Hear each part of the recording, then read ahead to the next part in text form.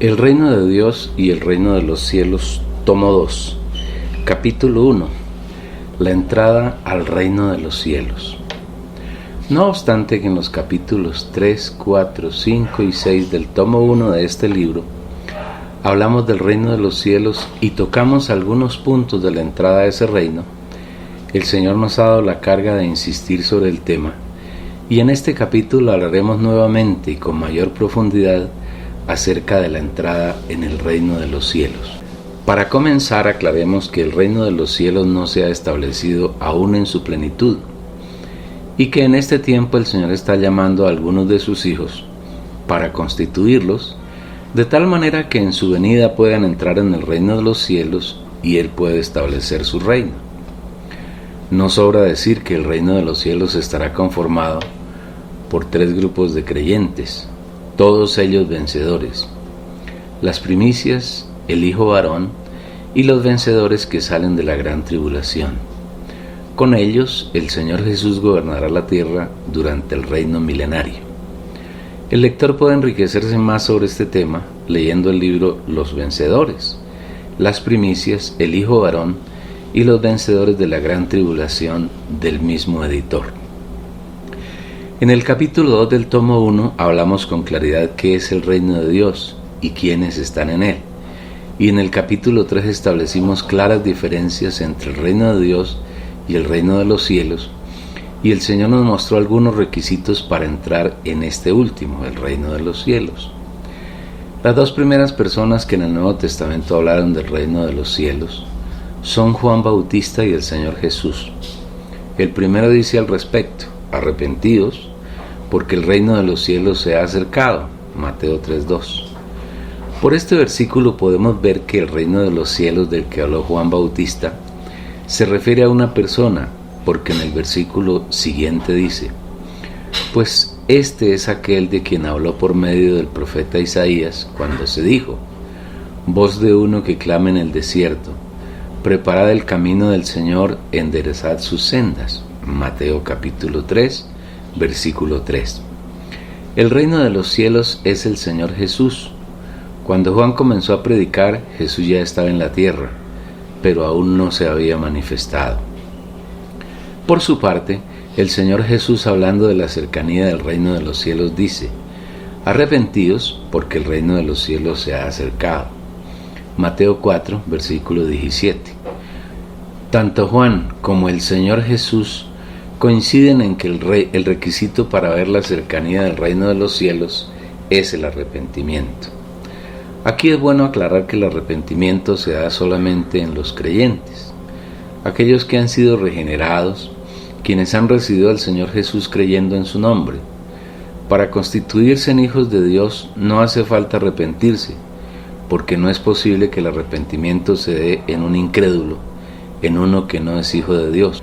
Por eso en Juan 1, versículos 12 y 13, el Señor no dijo que serían constituidos hijos de Dios quienes se arrepintieran, sino que a todos los que creen en el nombre del Señor Jesús y lo reciben, mas a todos los que le recibieron, a los que creen en su nombre, les dio potestad de ser hechos hijos de Dios, los cuales no son engendrados de sangre, ni voluntad de carne, ni de voluntad de varón, sino de Dios. Una vez que uno ha creído en el nombre del Señor Jesús y lo ha recibido, ha sido engendrado por Dios, se ha constituido en su Hijo y ahora tiene la capacidad de arrepentirse, porque ese poder solo lo da Dios mismo, como el Espíritu Santo que mora en el espíritu del creyente.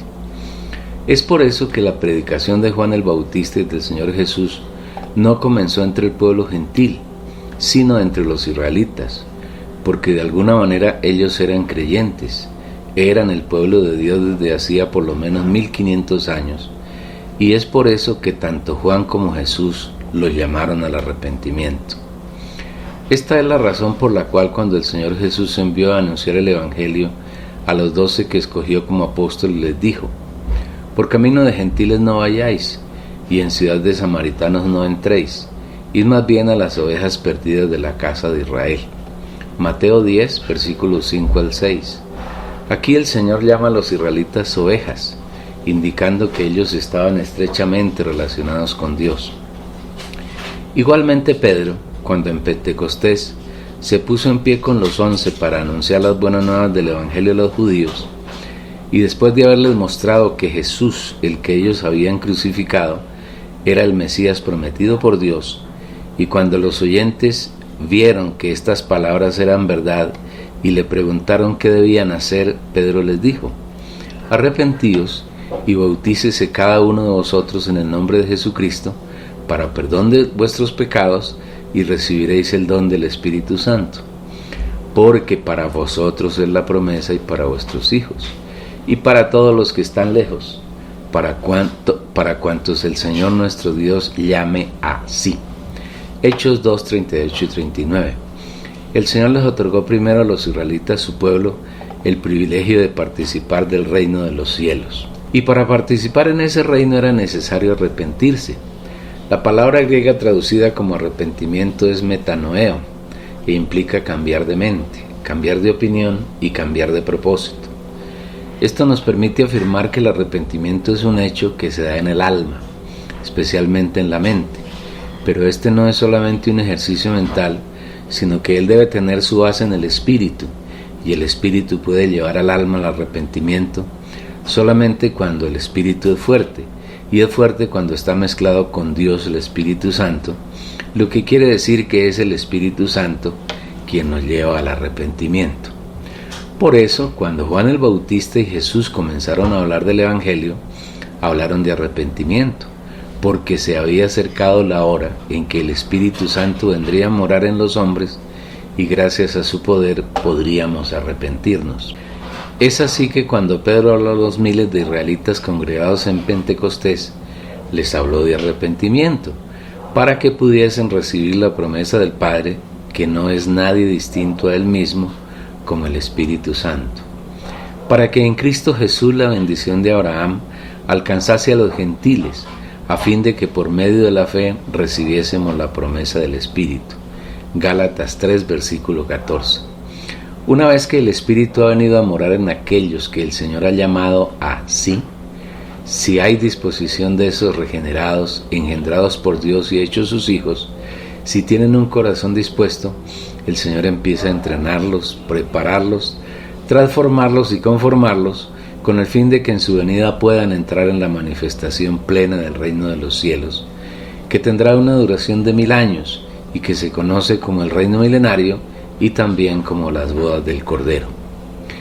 Para lograr la entrada en ese reino milenario, Dios requiere de sus hijos una única condición: hacer la voluntad del Padre que está en el cielo. No todo el que me dice Señor, Señor, entrará en el reino de los cielos, sino el que hace la voluntad de mi Padre que está en los cielos. Mateo 7:21. Si enlazamos hacer la voluntad del Padre con arrepentirse, podemos deducir que todos los hijos de Dios necesitan arrepentirse de no hacer la voluntad del Padre. Lo más común entre los creyentes es que, a pesar de haber nacido de nuevo, de haber sido regenerados, de haber sido engendrados por Dios y hechos hijos suyos, es muy poco, por no decir que nada, hacen en su día a día la voluntad del Padre. La gran mayoría de los hijos de Dios viven según sus puntos de vista, de acuerdo con sus deseos, deciden según su voluntad, hacen las cosas a su acomodo, hablan sin conectar su mente al Espíritu, y en todas sus actividades ignoran la voluntad del Padre, y al ignorarla no tienen la capacidad de hacerla. ¿Cuáles son las causas de esta actitud? Hay varias. La primera es que no saben tener comunión con el Padre. Quienes están en grupos cristianos no son enseñados a entrar en el aposento más interior, que es el espíritu humano, y tampoco son enseñados a vivir allí una vida de íntima comunión con el Padre. Y no son enseñados a tener esa comunión porque quienes los dirigen tampoco saben hacerlo. Muchos ni siquiera saben que tienen un espíritu humano. Cuando mucho dicen que la Biblia habla en el sentido de que el hombre tiene 3 partes, espíritu, alma y cuerpo, pero no saben discernir las funciones de cada uno. Al no tener intimidad con el Señor, no pueden tener revelación de su palabra, de su persona, de su plan y de sus deseos. La voluntad de Dios solamente se puede conocer mediante revelación, y esa revelación se da solamente en el espíritu humano. Pablo, guiado por el Espíritu Santo, liberó una oración en la que rogó al Padre que nos concediese espíritu de sabiduría y de revelación en el conocimiento de Él.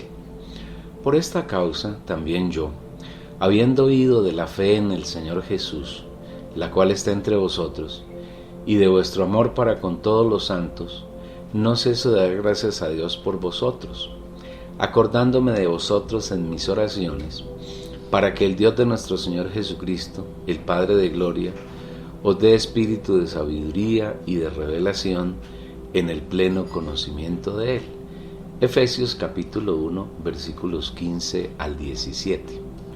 Lo primero que Pablo consideró en estos versículos es que las personas a quienes dirigió la carta eran creyentes, porque había oído que tenían fe, es decir, ellos habían recibido al Señor Jesús creyendo en su nombre, y Él, el Señor Jesús, vivía como el Espíritu en ellos y les trajo como resultado amor por el Señor y por todos los santos. Cuando una persona llega a ser un creyente genuino, tiene esas dos manifestaciones que son credenciales de que ha creído, de que ha sido regenerada y de que ha nacido de nuevo. Fe en el Señor Jesucristo, y esa fe se expresa por medio del amor a los santos, por quienes ahora son sus hermanos. Los creyentes genuinos tenemos a Dios como nuestro Padre y a todos los demás creyentes como nuestros hermanos. El Padre y nosotros conformamos la familia más hermosa que hay en el universo, la familia de Dios. Así que ya no sois extranjeros ni advenedizos, sino conciudadanos de los santos y miembros de la familia de Dios. Efesios 2, versículo 19. Ante la fe del Señor Jesucristo y el amor por todos los santos, manifestado por los hermanos que estaban en Éfeso, Pablo hace dos cosas que son bien importantes. La primera, no paraba un momento de dar gracias al Padre por esos santos, y la segunda, se acordaba de ellos en todas sus oraciones. Qué maravilloso ejemplo nos muestra el Espíritu en nuestro hermano Pablo, un hombre que amaba a Dios con todo su corazón, con todas sus fuerzas, con toda su alma y con toda su vida, y lo expresaba mediante sus oraciones. ¿Cuánto debemos imitar a Pablo? Que el Señor nos conceda su misericordia y nos ayude a ser así. Observe que Pablo no estaba preocupado por sus necesidades, ni su oración gravitaba en torno a sus éxitos o a su ministerio, o a lograr muchos seguidores, o a ganar adeptos para, entre comillas, su organización, ni, entre comillas, para su iglesia. Pablo no tenía nada de eso.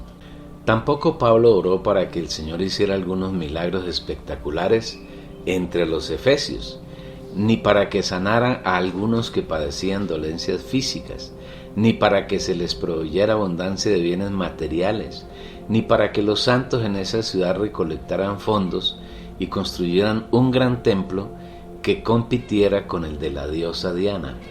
La gran preocupación del hermano Pablo era el reino de los cielos y la justicia de Dios.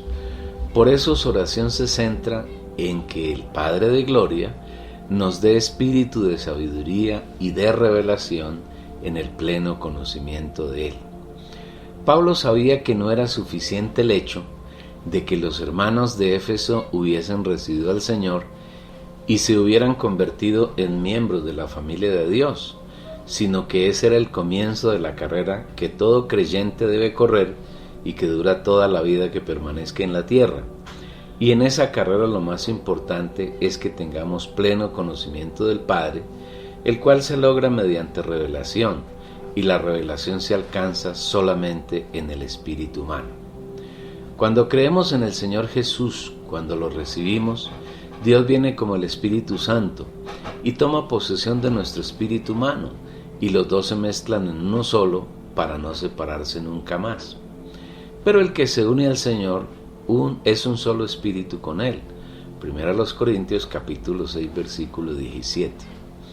Ahora el Espíritu Santo, que es Dios mismo, y el espíritu del creyente ya no son dos sino uno solo.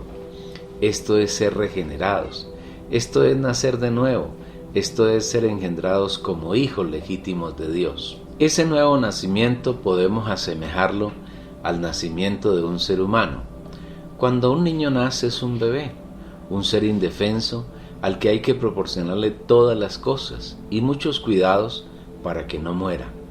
Lo lógico en el curso de la vida de un ser humano es que crezca, que no se quede toda la vida como un bebé, porque eso sería muy preocupante y por demás anormal. Lo mismo ocurre en el ámbito espiritual. Después de que una persona nace de Dios debe crecer, es decir, Dios debe crecer en él y se crece conociendo paulatinamente a Dios hasta llegar a tener la estatura de la plenitud de Cristo, para que andéis como es digno del Señor, agradándole en todo, llevando fruto en toda buena obra y creciendo por el pleno conocimiento de Dios, hasta que todos lleguemos a la medida de la estatura de la plenitud de Cristo. Colosenses capítulo 1 versículo 10 y Efesios 4 versículo 13. El crecimiento del Señor en el creyente no es nada distinto a que Él, paulatinamente, va llenando todas las partes del corazón hasta saturarlo completamente. El Señor ha puesto una meta para nuestro crecimiento. Debemos llegar a la estatura de la plenitud de Cristo, es decir, debemos llegar a tener la misma estatura que el Señor tiene, y para alcanzarla necesitamos crecer, y para crecer necesitamos lograr el pleno conocimiento de Dios, y ese conocimiento se da por revelación en nuestro espíritu humano. Nuestra meta es llegar a ser iguales al Señor Jesús en vida y en naturaleza, no en la deidad, porque ella es exclusiva de Dios. ¿Cuál es el proceso para obtener revelación? Antes debemos decir que la revelación consiste en que algo oculto a nuestros ojos es plenamente manifestado. Lo que antes era desconocido, ahora lo conocemos plenamente. Aquello que estaba cubierto por un velo, ahora es exhibido totalmente porque el velo ha sido corrido, y los velos son quitados cuando el corazón del creyente se convierte, se entrega sin reservas al Señor Jesús. Pero las mentes de ellos se endurecieron porque hasta el día de hoy les queda el mismo velo cuando leen el antiguo pacto, no siéndoles revelado que en Cristo el velo es quitado. Y aún hasta el día de hoy, cuando se lee a Moisés, el velo está puesto sobre el corazón de ellos. Pero cuando su corazón se convierte al Señor, el velo es quitado. 2 Corintios 3, versículos 14 al 16. Las personas que están en el cristianismo contemporáneo, incluso los pocos creyentes genuinos que hay en el seno de esa religión, están llenos de velos, no tienen revelación, no pueden ver al Señor y no pueden crecer porque el corazón de ellos no se ha vuelto, no se ha convertido al Señor. En cambio, sus corazones están puestos en los líderes, en los ministerios particulares, no en el único ministerio del Espíritu. Igualmente, su corazón está centrado en las organizaciones y en doctrinas, pero no en el Señor Jesús. Cuando los santos que están en medio del cristianismo decidan volverse al Señor, el velo les será quitado. Tendrán revelación, mediante ella podrán conocer al Señor y el crecimiento en Él será un hecho. Cuando eso ocurra en ellos, se cumplirá lo que el Señor nos ha dicho en 1 Corintios 2. Antes bien, como está escrito, cosas que ojo no vio, ni oído oyó, ni han subido en el corazón del hombre, son las que Dios ha preparado para los que le aman. Pero Dios nos las reveló a nosotros por el Espíritu, porque el Espíritu todo lo escudriña, aún las profundidades de Dios. Porque ¿quién de los hombres sabe las cosas del hombre, sino el Espíritu del hombre que está en él? Así tampoco nadie conoció las cosas de Dios, sino el Espíritu de Dios.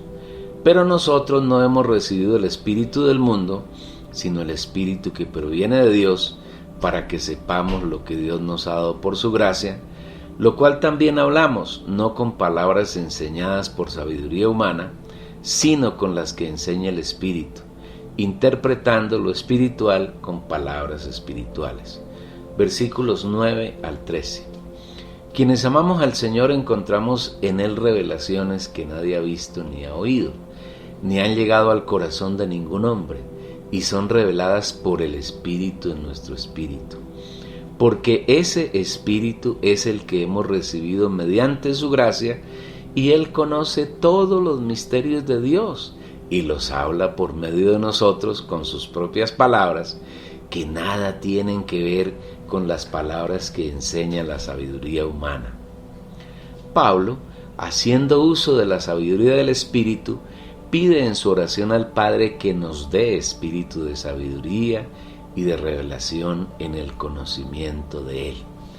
Pido que el Dios de nuestro Señor Jesucristo, el Padre de gloria, os dé espíritu de sabiduría y de revelación en el pleno conocimiento de Él. Efesios 1, versículo 17. Es interesante la descripción que Pablo hace de Dios. En primer lugar se refiere a Él como el Dios de nuestro Señor Jesucristo.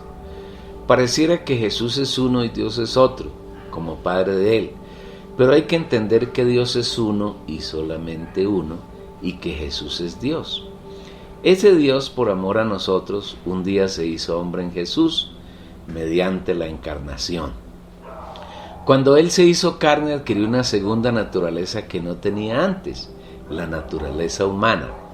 Antes de la encarnación, Dios tenía solamente naturaleza divina, pero cuando Él se hizo carne, y el Verbo se hizo carne, Juan 1:14, además de ser divino, también es humano. La naturaleza humana está en Él, ahora Él es Dios y hombre, es Dios hombre. De esa naturaleza humana, Dios es el Padre de nuestro Señor Jesucristo y a la vez es el Padre de gloria. Cuando Pablo hace referencia al Padre de gloria, está manifestando la esfera en la cual Dios permanece. Dios permanece en gloria. Dios nunca está ni actúa fuera de la gloria, y esa gloria es el ámbito, la esfera, el ambiente donde Dios vive con 24 ancianos, 4 seres vivientes, el Padre con el Cordero y las 7 lámparas de fuego que son los 7 espíritus de Dios, billones de ángeles, y es allí donde podemos penetrar a aquellos que en el Espíritu nos acercamos a su trono de gracia. En ese ámbito no pueden penetrar Satanás, ni los ángeles caídos, ni los demonios, ni nada inmundo. Solamente aquellos creyentes que tenemos el hábito de entrar y vivir en el Espíritu, quienes nos hemos habituado a acercarnos al trono de la gracia. A ese Dios de nuestro Señor Jesucristo, que es el Padre de gloria, Pablo pidió que nos diese espíritu de sabiduría y de revelación en el conocimiento de Él. Sabiduría, revelación y pleno conocimiento de Dios en el espíritu humano. En esta pequeña frase hay 4 palabras que necesitamos considerar para obtener revelación de ellas. Primero, espíritu. Sabemos por la Biblia que los seres humanos somos tripartitos, es decir, tenemos 3 partes que constituyen nuestro ser: un espíritu humano, un alma humana y un cuerpo humano. Y el mismo Dios de paso santifique por completo que todo vuestro ser, tanto espíritu como alma y cuerpo, sean guardados sin mancha en la venida de nuestro Señor Jesucristo. Primera a los Tesalonicenses 5:23. Observe que en la petición de Pablo solo habla del espíritu, no habla del alma ni del cuerpo, porque la sabiduría, la revelación y el conocimiento de Dios solamente se dan en el espíritu humano. Cuando Dios nos creó, puso dentro de nosotros un espíritu, con el fin de que en él pudiésemos recibirlo, para que Dios como espíritu more en él y para que por medio de ese espíritu podamos conocerlo. No hay otra parte de nuestro ser donde podamos conocer al Señor, solamente en nuestro espíritu humano. No intente conocer a Dios en la mente, en el alma. Será una búsqueda inútil. A Dios solamente se conoce en el espíritu y mediante revelación que el Espíritu Santo le da. Segundo, sabiduría. Según la Biblia, la sabiduría es una persona, es Dios mismo. La sabiduría espiritual no es la capacidad que tienen los hombres de discernir cosas. Esa sabiduría es terrenal y en ella influye totalmente Satanás. En otras palabras, esa sabiduría es diabólica. Porque esta sabiduría no es la que desciende de lo alto, sino terrenal, anímica, demoníaca. Santiago 3:15. Esta sabiduría tiene que ver con la sabiduría científica, la sabiduría filosófica y la sabiduría tecnológica que domina el mundo contemporáneo y de la que se ufana la mayoría de los hombres. Aunque Dios le dio al hombre la capacidad de discernir, de aprender y de descubrir algunas de las cosas que Él creó, sin embargo, esta sabiduría es usada por Satanás para cautivar al hombre y para oponerse al desarrollo del plan de Dios. La genuina sabiduría es una persona, es Dios mismo, es el Señor Jesús, es el Espíritu Santo y esa sabiduría es eterna. No clama la sabiduría y da su voz la inteligencia. El Señor me poseyó en el principio de su camino, desde entonces antes de sus obras. Eternalmente tuve el principado, desde el principio antes de la tierra. Antes de los abismos fui engendrada, antes que fuesen las fuentes de las muchas aguas, antes que los montes fuesen fundados, antes de los collados era yo engendrada. No había aún hecho la tierra, ni las campiñas, ni el principio del polvo del mundo. Cuando componía los cielos, allí estaba yo. Cuando señalaba por compás la sobrefaz del abismo, cuando afirmaba los cielos arriba, cuando afirmaba las fuentes del abismo, cuando ponía al mar su estatuto y a las aguas que no pasasen su mandamiento, cuando señalaba los fundamentos de la tierra, con él estaba yo ordenándolo todo. Y fui su delicia todos los días, teniendo solaz delante de él en todo tiempo. Tengo solaz en la redondez de su tierra, y mis solaces son con los hijos de los hombres. Bienaventurado el hombre que me oye, trasnochando a mis puertas cada día, guardando los umbrales de mis entradas, porque el que me hallare hallará la vida y alcanzará la voluntad del Señor. Proverbios capítulo 8, versículos 22 al 31 y versículos 34 al 35. La sabiduría es Dios mismo y Él mora como el Espíritu en el espíritu de los creyentes para hacernos sabios.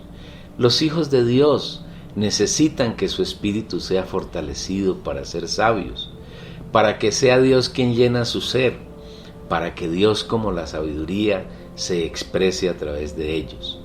Cuando el creyente vive en el Espíritu es verdaderamente sabio, porque en ese vivir espiritual es Dios quien se expresa como la sabiduría. Pablo, teniendo claridad sobre la necesidad que tienen los santos en este sentido, pide al Padre que nos dé espíritu de sabiduría. Como Pablo ya no está, no puede orar por nosotros, pero nosotros podemos hacerlo cada día, rogándole al Padre que nos dé espíritu de sabiduría, que nos llene con su ser, que nos sature con su sabiduría, que nos ayude a vivir en su espíritu para que seamos sabios en todas las cosas que pensamos, que decimos y que hacemos. La sabiduría es el conocimiento profundo que tenemos de los misterios de Dios y es uno de los dones que el Espíritu Santo ha puesto en nuestro espíritu humano, porque a este es dada por el Espíritu palabra de sabiduría. Primera a los Corintios capítulo 12 versículo 8. Tercero, revelación. La revelación no es nada distinto a que las cosas que no se ven se hagan realidad, a que algo que está oculto deje de estarlo. Esta es la mayor carencia que tienen los cristianos contemporáneos. Quienes están en las denominaciones carecen casi absolutamente de esta inmensa necesidad vital para los hijos de Dios.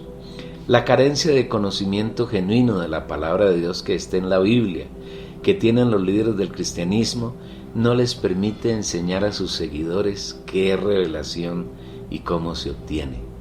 Dios es misterioso, Su plan es misterioso, su voluntad es un misterio y solo puede conocerse mediante revelación en el espíritu humano. El cristianismo confunde la revelación con el bagaje de conocimiento intelectual que tienen de la letra de la Biblia. Conocer los versículos de la Biblia mentalmente y repetirlos cual máquinas grabadoras no es revelación. Eso es tomar la Biblia en la letra y la letra produce muerte, el cual asimismo nos hizo competentes de un nuevo pacto, ministros no de la letra sino del Espíritu, porque la letra mata, mas el Espíritu vivifica. Segunda a los Corintios 3, versículo 6. Usted puede ser capaz de repetir mentalmente todos los versículos de la Biblia, y eso no le garantiza que tiene revelación. La revelación es un conocimiento profundo de la persona de Dios, de su plan, de su voluntad, que se da en la parte más profunda de su ser, su espíritu humano, y es realizada por la función del espíritu que se conoce como la intuición. La revelación es el conocimiento que tenemos de Dios y que no podemos traducir a nuestro lenguaje, solamente podemos visualizarla por la fe, de acuerdo con la descripción de Hebreos 11, versículo 1. Ahora bien, la fe es lo que da sustantividad a lo que se espera, la convicción de lo que no se ve. La revelación es dada exclusivamente por Dios a quienes Él quiere, y es la mayor necesidad que tenemos como creyentes. Y al ser una necesidad, debemos buscarla en el Señor, pidiéndola cada día, como lo hizo Pablo mientras duró su peregrinaje por la tierra. Si el Señor no se digna darnos revelación, no tenemos nada que hacer. Todas las cosas me fueron entregadas por mi Padre, y nadie conoce al Hijo, sino el Padre, y nadie conoce al Padre, sino el Hijo, y aquel a quien el Hijo lo quiera revelar. Mateo capítulo 11, versículo 27. Para que al Señor le agrade revelarse a nosotros, debemos aprender a ser como niños, es decir, debemos enyugarnos con el Señor para aprender de Él mansedumbre y humildad. ¿Por qué si nos acercamos a Dios, aunque sea con un poquitito de soberbia, somos rechazados por Él? En aquel tiempo respondiendo Jesús dijo: Te enaltezco, Padre, Señor del cielo y de la tierra, porque escondiste estas cosas de los sabios y entendidos y las revelaste a los niños. Sí, Padre, porque así te agradó. Dios resiste a los soberbios, pero a los humildes da gracia. Humillaos pues bajo la poderosa mano de Dios, para que Él os exalte a su debido tiempo. Mateo 11, versículos 25 y 26, y Primera de Pedro capítulo 5, versículos 5 y 6. El hecho de que Dios se haya revelado a los niños no se refiere a los niños cronológicos, sino a los niños en actitud de humildad. De cierto os digo, que si no os volvéis y os hacéis como niños, jamás entraréis en el reino de los cielos. Mateo capítulo 18, versículo 3. La preparación para entrar en el reino de los cielos tiene una puerta de entrada, la humildad, que es el equivalente a ser pobres en espíritu, a reconocer nuestra necesidad espiritual. A quienes ganen esa actitud de humildad enyugándose con el Señor Jesús, Él les da revelación. Cuarto, conocimiento de Dios. El versículo 17 de Efesios 1 remata con la frase el pleno conocimiento de Él. El Señor en este versículo construye todo un proceso y la cumbre de Él es que alcancemos conocimiento de Él. El primer peldaño de este proceso es el espíritu, y ese espíritu hace referencia al espíritu humano, es decir, el soporte, la base para lograr los 4 aspectos de ese proceso es el espíritu del hombre. Esto quiere decir que los creyentes deben habituarse a usar su espíritu humano, a vivir en su espíritu, porque en Él mora Dios como el espíritu, y es en Él donde alcanzamos la sabiduría. No la sabiduría de este siglo, ni la sabiduría de los príncipes de este siglo que perecen, sino sabiduría espiritual, para que vuestra fe no esté fundada en la sabiduría de los hombres, sino en el poder de Dios. Pero hablamos sabiduría entre los que han alcanzado madurez, y sabiduría no de este siglo, ni de los príncipes de este siglo, que son reducidos a nada. Primera a los Corintios capítulo 2, versículos 5 y 6. La sabiduría espiritual es especial y misteriosa porque está oculta en Dios, pero predestinada para sernos revelada a nosotros y convertirse en nuestra gloria. Mas hablamos sabiduría de Dios en misterio, la sabiduría que estaba oculta, la cual Dios predestinó antes de los siglos para nuestra gloria. Primera a los Corintios capítulo 2 versículo 7. Una vez que tengamos sabiduría en el espíritu humano, viene la revelación. Dios es misterioso, Él está oculto y ha llamado a algunos hombres para revelarse a ellos, para manifestar algunos de sus misterios. Por eso Pablo pidió al Padre que nos diera revelación. Como Pablo ya no está, nosotros debemos buscar en nuestro espíritu sabiduría y revelación, buscarla para nosotros y pedirla para los santos. Una petición así, el Padre nunca la negará. Por el contrario, la responderá inmediatamente, porque esa clase de peticiones son agradables a Él y Él se complace profundamente en concederlas. Finalmente, la revelación tiene un punto de llegada, el pleno conocimiento de Dios. Quienes militan en el cristianismo contemporáneo tendrán que reconocer honestamente que la mayor carencia de sus vidas es la falta de conocimiento de Dios. Los cristianos no conocen la persona de Dios, desconocen su plan, desconocen sus deseos, ignoran qué lo agrada. Los más buscan una sanidad de alguna dolencia o el suplemento de alguna necesidad básica, pero son completos desconocedores de la razón por la cual Dios creó al hombre, el desarrollo de su plan en él y el punto de llegada que Dios ha determinado. Todas estas cosas se conocen mediante revelación en el espíritu humano de los creyentes. Si no hay revelación, no hay conocimiento. Y si no hay conocimiento, no hay crecimiento. Y si no hay crecimiento, no hay posibilidad de hacer la voluntad del Padre. Y sin hacer esta voluntad del Padre, no hay cómo entrar en el reino de los cielos. El conocimiento de Dios no es un conocimiento cualquiera, sino que es el pleno conocimiento de Dios. Es decir, un conocimiento que está por encima de todo conocimiento, porque es un conocimiento espiritual.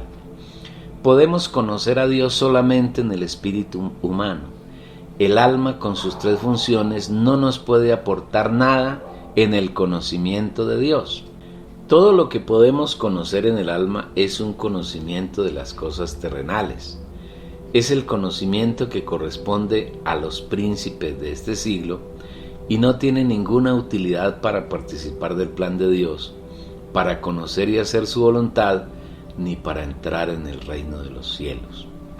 El pleno conocimiento de Dios se da en la función del espíritu humano, que se conoce como la intuición, y es un conocimiento infinitamente más profundo, alto y ancho que el conocimiento que hay en el alma.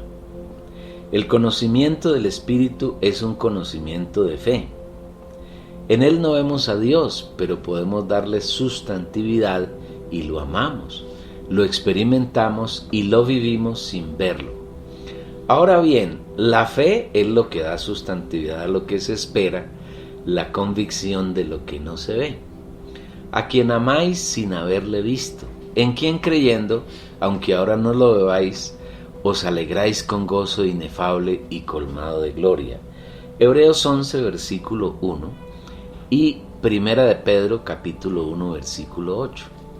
El conocimiento del alma es útil para saber las ciencias que el hombre ha desarrollado, para conocer en cierta medida los distintos fenómenos de la naturaleza y los fenómenos sociales, tales como la biología, la electrónica, la tecnología, las ciencias sociales, etc. Pero nunca ese conocimiento permite conocer a Dios. El conocimiento de Dios se da exclusivamente en el Espíritu y por fe. Esa es la razón por la que el Espíritu sea insistente al afirmar, por lo cual también nosotros, desde el día que lo oímos, no cesamos de orar por vosotros y de pedir que sea llenos del pleno conocimiento de su voluntad en toda sabiduría e inteligencia espiritual. Colosenses 1:9. Por ese versículo podemos colegir que hay sabiduría e inteligencia del alma, pero que ésta no es útil para conocer la voluntad de Dios, y que hay sabiduría e inteligencia espiritual por medio de la cual podemos ser llenos del pleno conocimiento de la voluntad de Dios. Esa sabiduría e inteligencia espiritual es la que pidió Pablo para nosotros, y esa debe ser nuestra oración permanente. Quienes aspiramos a conocer la voluntad del Padre para hacerla, y cuando el Señor Jesús venga, tengamos una entrada franca al reino de los cielos. Si buscamos con anhelo el pleno conocimiento de Dios y lo obtenemos, podemos estar seguros de que creceremos en Él, es decir, Dios crecerá en nosotros hasta que alcancemos su estatura. Y cuando hayamos logrado esa estatura, estaremos listos para recibir al Señor en su venida y entrar con Él en el reino de los cielos, para que andéis como es digno del Señor, agradándole en todo, llevando fruto en toda buena obra y creciendo por el pleno conocimiento de Dios. Colosenses capítulo 1, versículo 10. Visión en el alma humana. La oración de Pablo no solo estaba encaminada a nuestro espíritu humano, sino que el espíritu en él también estaba preocupado por nuestra alma. Y al continuar su oración añade: para que alumbrados los ojos de vuestro corazón, sepáis cuál es la esperanza a la que Él os ha llamado, y cuáles las riquezas de la gloria de su herencia en los santos, y cuál la supereminente grandeza de su poder para con nosotros, los que creemos, según la operación del poder de su fuerza, que hizo operar en Cristo, resucitándole a los muertos y sentándole a su diestra en los lugares celestiales, por encima de todo principado y autoridad y poder y señorío, y sobre todo nombre que se nombra, no solo en este siglo, sino también en el venidero. Y sometió todas las cosas bajo sus pies, y lo dio por cabeza sobre todas las cosas a la Iglesia, la cual es su cuerpo, la plenitud de aquel que todo lo llena en todo. Efesios capítulo 1, versículos 18 al 23. Una vez que en nuestro espíritu hemos alcanzado sabiduría, revelación y conocimiento de nuestro Señor, se requiere un segundo paso consistente en tener luz en nuestro corazón, o como dicen algunas versiones de la Biblia al español, alumbrando los ojos de vuestro entendimiento. El entendimiento está en la mente humana y la mente hace parte del alma. Entonces, después de que tenemos revelación en nuestro espíritu, es necesario que tengamos visión, luz en nuestra alma. Alumbrar tiene que ver con luz, y la luz hace referencia a ver, a tener una visión. La luz hace referencia a la persona de Dios, porque Dios es luz. Dios es luz y en Él no hay ningunas tinieblas. Primera de Juan 1, versículo 5. Si hay revelación en nuestro espíritu, pero no hay visión en el alma, la revelación se vuelve irrealizable, no es práctica, no tiene fruto, no podemos crecer mediante ella. Esta es la razón por la cual en su oración de petición, Pablo no se queda solamente en nuestro espíritu, sino que lo complementa suplicándole al Padre que además de sabiduría, revelación y conocimiento en nuestro espíritu, nos supla visión en el alma. Nótese con cuidado el orden del proceso. Todo empieza en nuestro espíritu humano, donde Dios como espíritu es uno con Él. En otras palabras, todo se origina en Dios. Una vez que hay sabiduría, revelación y conocimiento en nuestro espíritu, viene la visión en el alma. Puede suceder que hay visión en el alma sin revelación del espíritu. En este caso, afirmamos terminantemente que esa visión del alma que no proviene de la revelación del espíritu no se origina en Dios. No debemos olvidar que Satanás tiene mucho interés en nuestra alma, porque sabe que tomando posesión de ella puede activarla en contra de Dios, su persona y su plan. Y exactamente eso fue lo que logró en el huerto de Edén, cuando hizo que Adán lo recibiera como el árbol de la ciencia del bien y del mal. Desde entonces Satanás entró en el alma del hombre y tomó posesión de ella para gobernarlo y hacerlo enemigo y opositor de Dios. A pesar de que Dios vino a morar en el espíritu de los creyentes, hay una lucha diaria, una guerra espiritual, porque Dios quiere tomar posesión del alma de sus hijos, pero Satanás se resiste a abandonarla, quiere mantenerla como trinchera para batallar contra Dios, para oponerse a Él y para damnificar su plan. Nuestra naturaleza humana desea lo que está en contra del espíritu, y el espíritu desea lo que está en contra de la naturaleza humana. Los dos se oponen, por eso ustedes no pueden hacer siempre lo que se les antoja. Gálatas 5:17. Y el Señor agrega: por eso les doy este consejo, dejen que el espíritu guíe su vida, y así no harán las malas acciones que pide su naturaleza humana. Gálatas 5, versículo 16. ¿Y cómo nos dejamos guiar por el Espíritu? Muy sencillo, pensando en las cosas del Espíritu, poniendo nuestra mente en las cosas del Espíritu. Porque los que son de la carne piensan en las cosas de la carne, pero los que son del Espíritu piensan en las cosas del Espíritu. Romanos 8, versículo 5. Si usted vive pensando en las cosas del Espíritu, usted es espiritual. Por el contrario, si usted piensa en las cosas buenas o en las cosas malas de la carne, de su vida cotidiana, usted es carnal. Donde esté su mente, está su ser. Si está en la carne, usted es carnal. Pero si su mente está en el Espíritu, usted es espiritual.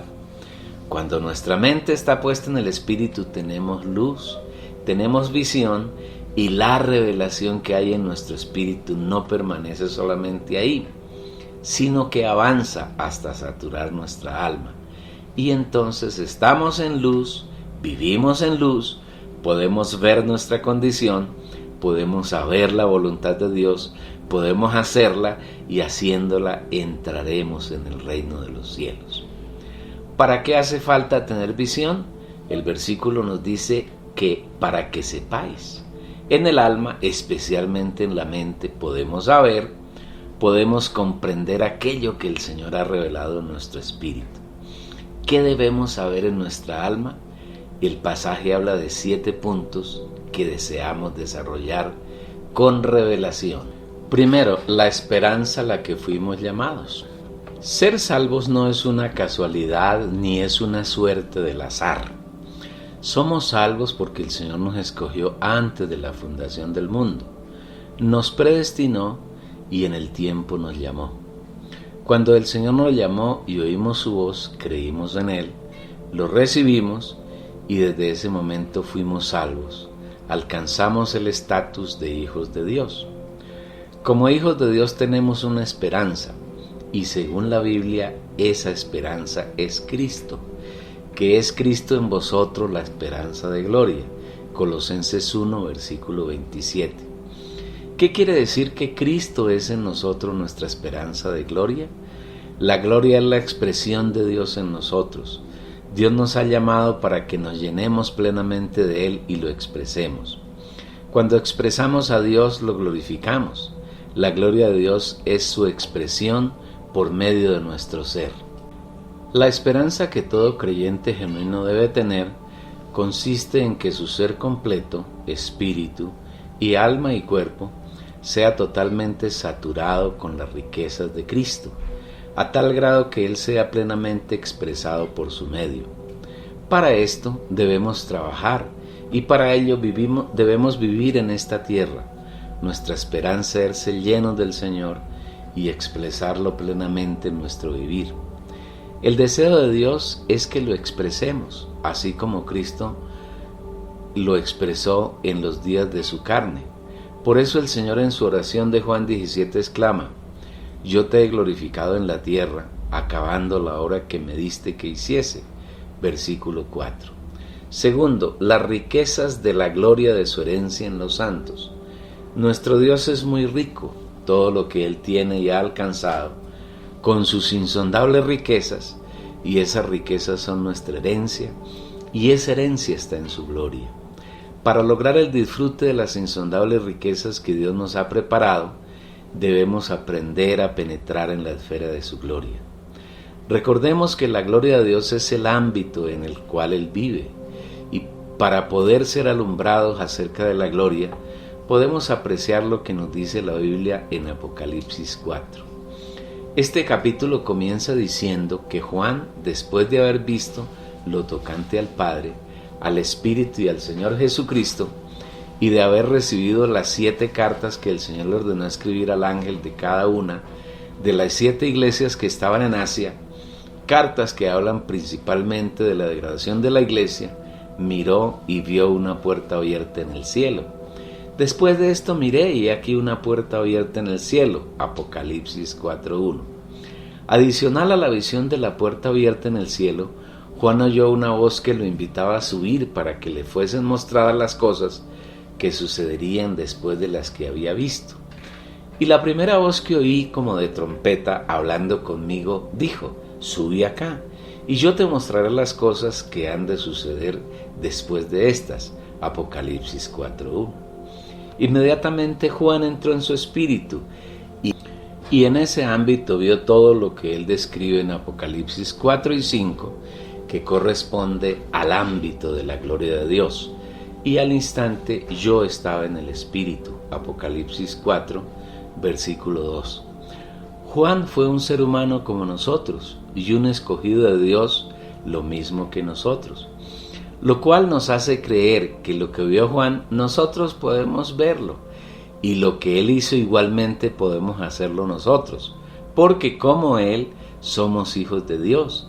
Dios mora en nosotros y nosotros vivimos en él. En el ámbito de la gloria de Dios, lo primero que vemos es su trono, que es a la vez un trono de gracia, de justicia y de gobierno. Y he aquí un trono establecido en el cielo. Ese trono no está vacante, sino que Dios está en él. Y la actitud de Dios en el trono es de sosiego. Él está sentado, no está de pie, no está caminando, no hay en él ninguna señal de afán o de angustia. Por el contrario, está satisfecho y reposado. Y en el trono uno sentado. Apocalipsis 4:2. Qué delicia entrar en ese ambiente de la gloria de Dios. En él todo es remanso, todo es paz, todo es armonía, no hay ningún afán ni sobresalto. En ese ámbito debemos vivir todos los hijos de Dios, y especialmente quienes estamos siendo preparados para entrar en el reino de los cielos. Gracias, Señor, por tu bondad al darnos tantas riquezas. A continuación, el Señor desea mostrarnos sus características en un lenguaje que es difícil de traducir al lenguaje humano, porque al vivir en esta carne aún tenemos limitaciones en la comprensión que podemos tener de las cosas divinas. Pero el Señor en su misericordia nos da sabiduría y revelación y luz para que podamos comprender algunos de sus misterios. La primera descripción que nos da Juan acerca de quién está sentado en el trono es que su apariencia es de piedra de jaspe y de cornalina. Y el aspecto del que estaba sentado era semejante a piedra de jaspe y de cornalina. Apocalipsis 4, versículo 3. La semejanza es el reflejo de la constitución interna, de lo que una persona es en su esencia, y aquí Juan dice que la apariencia del que estaba sentado en el trono era de jaspe. El jaspe es una piedra que se encuentra en la naturaleza y es de una belleza sin igual. Tiene una inmensa variedad de colores y en ocasiones esos colores están mezclados y tiene vetas que le dan una belleza única. Tales colores son amarillo, marrón, verde, rojo y negro. Cada color seguramente tiene un significado especial que no vamos a descubrir aquí. Lo que sí podemos decir es que Cristo, Dios, se vistió de naturaleza humana y en su humanidad pasó por un proceso de transformación hasta que llegó a ser una piedra preciosa apta para la edificación de la Nueva Jerusalén, que es la consumación última del plan de redención de Dios para el hombre. Este Jesús es la piedra menospreciada por vosotros, los edificadores, la cual ha venido a ser cabeza del ángulo. Hechos 4:11. Debemos aclarar que la Nueva Jerusalén no es una ciudad de una calle, sino que es un estado en el que Dios y los hombres, que Él seleccionó para ser los suyos, están totalmente mezclados y unidos entre sí orgánicamente, hecho que se logrará cuando el tiempo llegue a su fin y regrese la eternidad. Dios ahora está en su trono vestido de humanidad totalmente transformada, apta para su edificación. Si observamos la constitución de la Nueva Jerusalén en Apocalipsis, encontramos que alrededor de ella hay un muro muy alto, y ese muro es de jaspe. Tenía un muro grande y alto con 12 puertas. El material de su muro era de jaspe. Apocalipsis 12, versículos 12 y 18. El muro grande y alto tiene como objetivo impedir que las cosas extrañas entren en el ambiente que circunda el muro. En la Nueva Jerusalén solo puede existir la naturaleza divina de Dios y la naturaleza humana regenerada, transformada y conformada.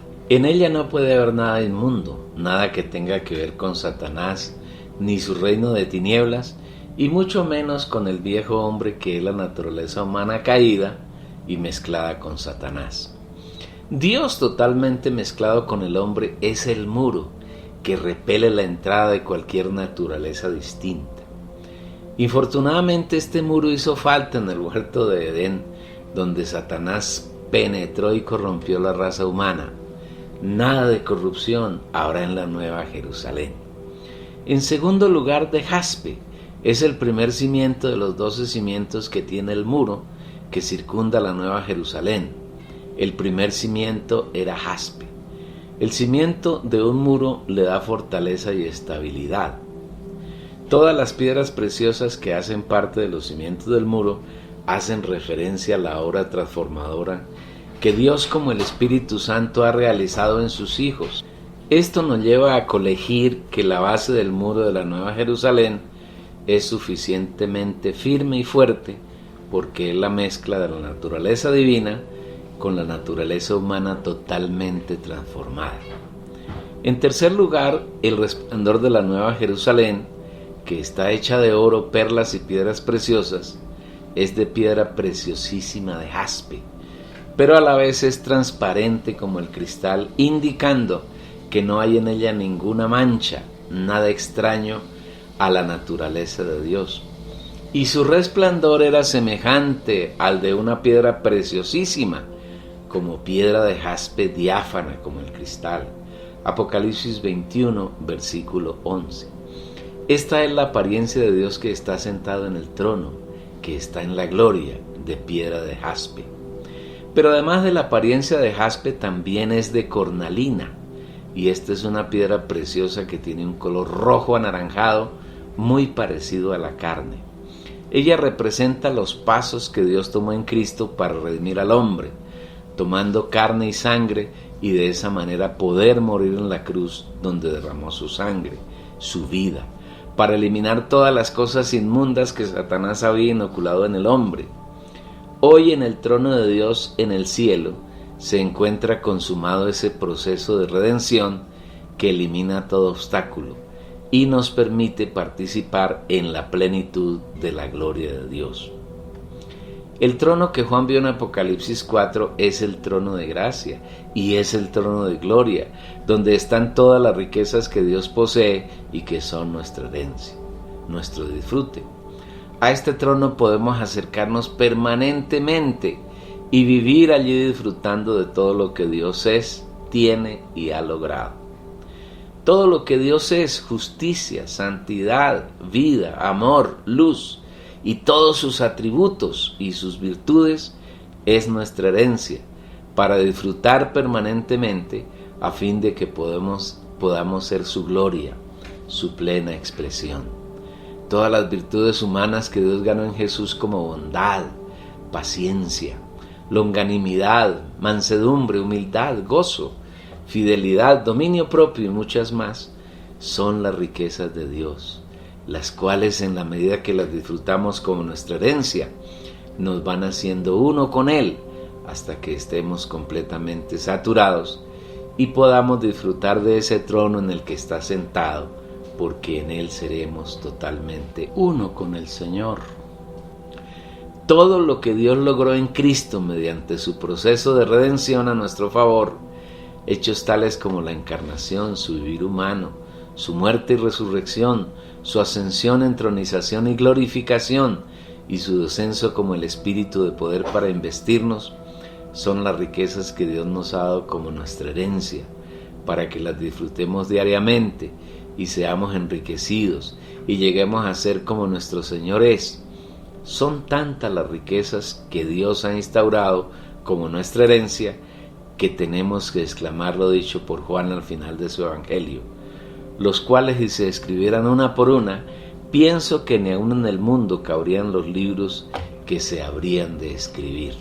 Juan capítulo 21, versículo 25. Alrededor del trono de Dios hay un arco iris cuyo aspecto se asemeja a la esmeralda. Y había alrededor del trono un arco iris semejante en aspecto a la esmeralda. Apocalipsis 4, versículo 3.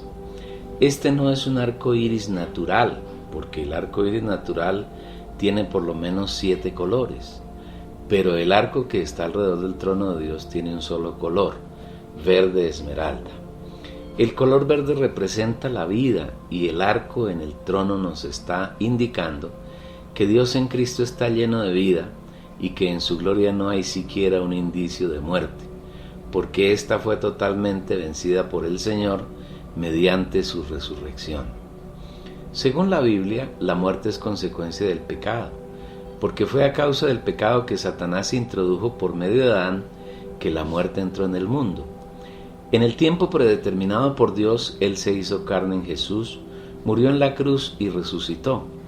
Con esos 2 actos derrotó la muerte y cuando entró en su gloria, la muerte no tuvo allí ninguna opción. En la gloria de Dios solo hay vida, la vida eterna que disfrutamos diariamente y en la que estamos creciendo. Otro elemento que deseamos destacar en el ámbito de la gloria de Dios, entre los muchos que hay allí, son las 7 lámparas que están delante del trono. Y delante del trono ardían 7 lámparas de fuego, las cuales son los 7 espíritus de Dios. Apocalipsis 4, versículo 5. Dios siempre ha querido mostrar a los suyos cómo vive y cómo opera. Cuando sacó al pueblo de Israel de Egipto durante 2 años, lo instaló en el desierto de Sinaí al pie del monte del mismo nombre, y desde allí en 2 ocasiones llamó a Moisés a que subiera a la cumbre del monte para tener comunión con Dios. En esa comunión, además de escribir la ley en 2 tablas de piedra, Dios le dio instrucciones para que edificara el tabernáculo. Lo instruyó acerca de las dimensiones que debía tener, las secciones y los materiales que debía utilizar en la elaboración del mobiliario. Entre los varios elementos que Moisés debía elaborar, le pidió que hiciera un candelero de oro puro, de 1 pieza, a martillo, y que ese candelero debía tener una caña central y 6 brazos. En cada uno de ellos había una lámpara para un total de 7 lámparas. El candelero debía ponerse en el lugar santo. Sus lámparas estaban encendidas siempre, para que alumbraran a los sacerdotes que entraban a ese lugar a servir al Señor.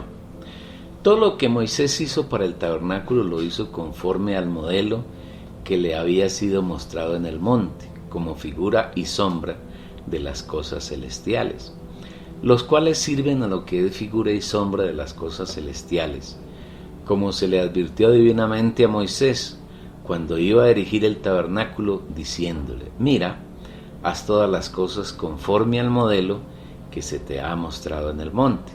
Hebreos capítulo 8, versículo 5. El candelero del tabernáculo es una figura del Dios Padre, Hijo y Espíritu Santo. Y en la revelación que el Señor nos trae en Apocalipsis 4, nos dice que las 7 lámparas que arden delante del trono son los 7 espíritus de Dios.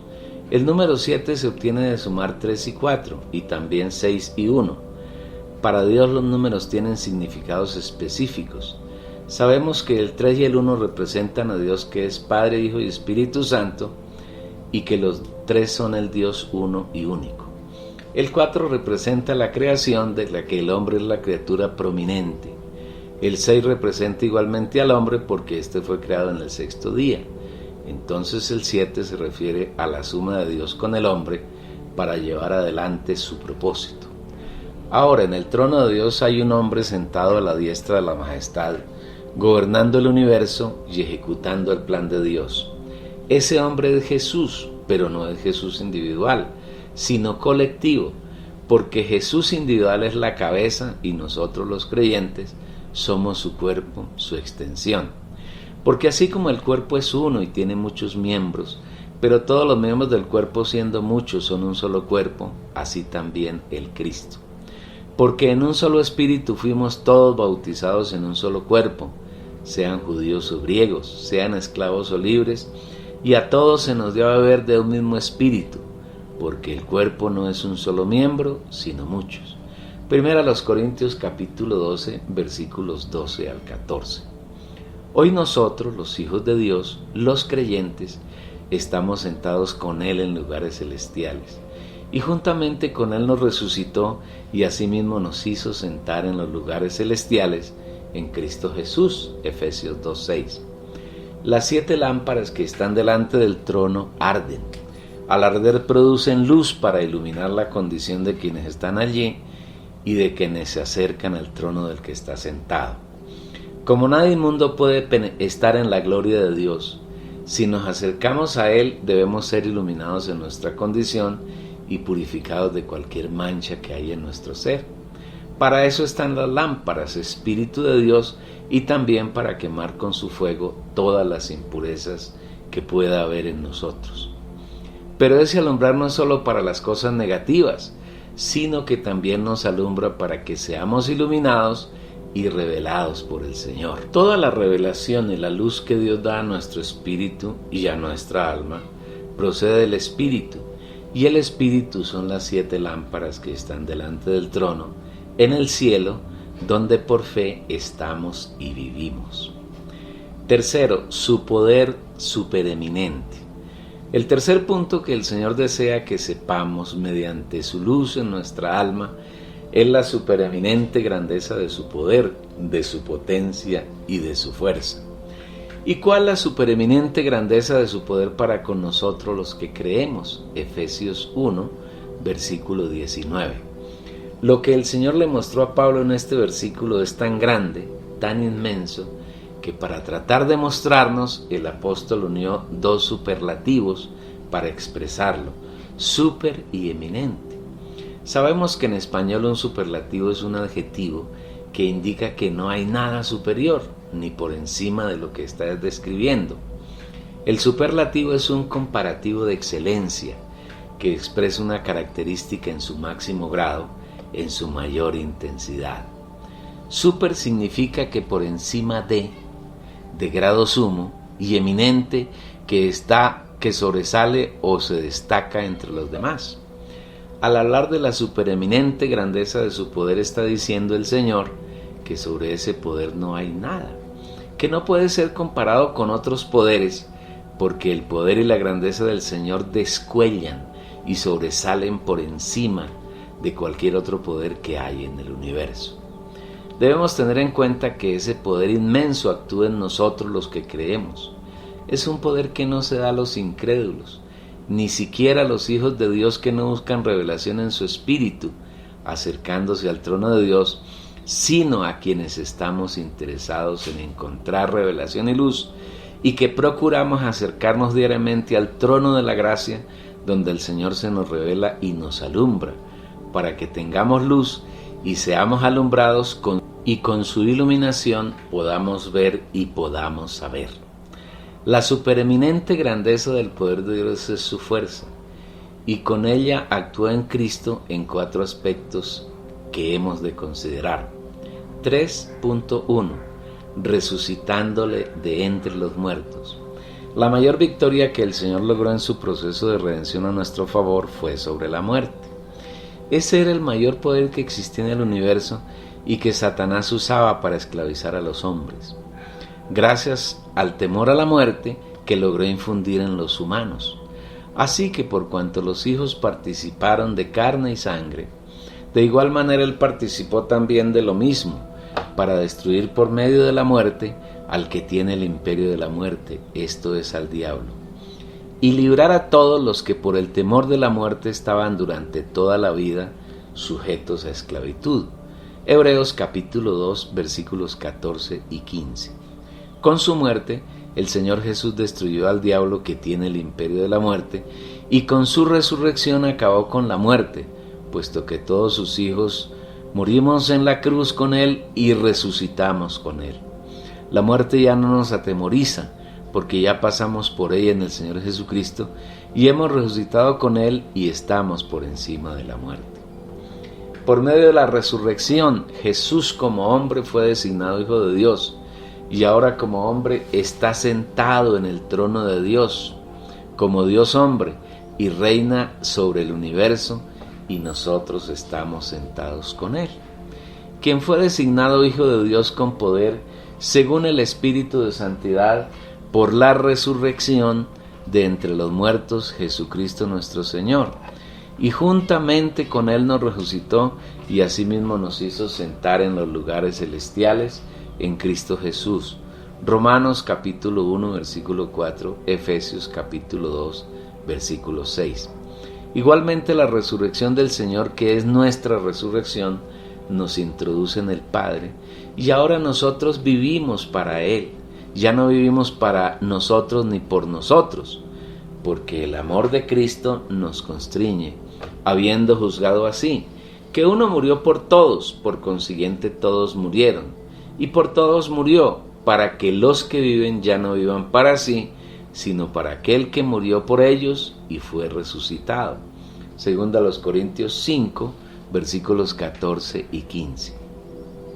Ese poder que operó en Cristo resucitándole de los muertos, que es el poder de la resurrección, tiene la capacidad y la fuerza de hacernos vivir para Dios y agradarlo en todo, porque Jesús resucitado vive en nosotros como el Espíritu, y opera en nosotros para hacer la voluntad del Padre. 3.2. Sentándole a la diestra del Padre. Una de las grandes victorias que Dios ganó sobre Satanás y su reino de tinieblas está en el hecho de que Jesús como hombre venció a la muerte, y ahora está sentado a su diestra y es Dios sobre todo el universo. Sepa pues ciertísimamente toda la casa de Israel que a este Jesús a quien vosotros crucificasteis, Dios le ha hecho Señor y Cristo. Hechos 2:36. Jesús como Señor y Cristo ha sido ungido por Dios para llevar adelante la conclusión de su plan, y está trabajando en los hombres que Él escogió desde antes de la fundación del mundo, con el fin de crecer en ellos hasta que alcancen su estatura y sean iguales a Él en vida y en naturaleza. La diestra del Padre indica poder y autoridad, y la autoridad que tiene el Señor Jesús está por encima de todos los poderes que hay en el universo, como dice Hebreos 1, versículos 2 y 3. Al final de estos días nos ha hablado en el Hijo, a quien constituyó heredero de todo y por quien asimismo hizo el universo, el cual, siendo el resplandor de su gloria y la impronta de su sustancia, y quien sustenta todas las cosas con la palabra de su poder, habiendo efectuado la purificación de los pecados, se sentó a la diestra de la majestad en las alturas. 3.3. Por encima de todos.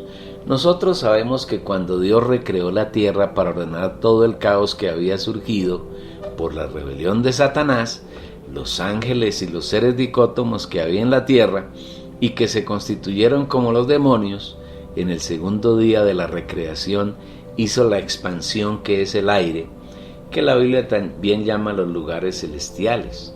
Dios permitió que en esos lugares celestiales quedaran los ángeles caídos en forma de principados, autoridades, poderes y señoríos.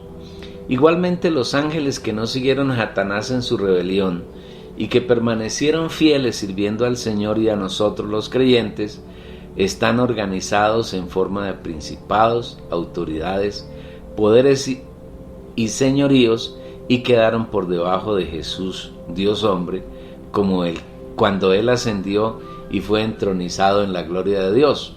Sabemos igualmente que en el huerto de Edén, cuando Adán permitió que Satanás introdujera su naturaleza en él, el hombre y la tierra quedaron bajo el señorío del reino de las tinieblas, y todo el mundo quedó bajo el dominio de Satanás, de sus príncipes, de sus autoridades, de sus poderes y huestes, y aún bajo el poder de los demonios, y así permanece hasta hoy.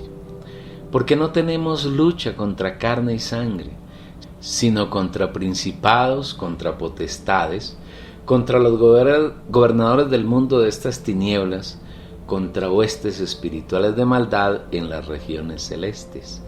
Efesios 6, versículo 12. Esta realidad es confirmada por la Biblia cuando Jesús fue tentado por Satanás. Le dijo el diablo: a ti te daré toda esta potestad y la gloria de ellos, porque a mí me ha sido entregada y a quien quiero la doy. Si tú postrado me adoras, todos serán tuyos. Lucas 4, versículos 6 y 7. Jesús mismo, mientras estuvo en la tierra en carne, lo confirmó: no hablaré ya mucho con vosotros, porque viene el príncipe de este mundo, y él nada tiene en mí. Juan 14:30. Juan replica al respecto: sabemos que somos de Dios y que el resto de la gente en el mundo está dominada por el diablo. Primera de Juan, capítulo 5, versículo 19, tomado de la traducción Biblia en lenguaje sencillo. Por eso Efesios 4:10 dice que Jesús subió por encima de los cielos para llenarlo todo. El que descendió es el mismo que también subió por encima de todos los cielos para llenarlo todo. Como nosotros, los hijos de Dios, resucitamos con nuestro Señor Jesús y ascendimos con Él, estamos por encima de los príncipes, las autoridades, los poderes, los señoríos, los ejércitos espirituales de maldad, los demonios y los hombres no creyentes que están bajo el poder, el dominio y el señorío de Satanás. Estamos por encima de los hombres poderosos, de los gobernantes, de los líderes de organizaciones poderosas que hay en esta tierra. Solamente Dios está por encima de nosotros como nuestra cabeza.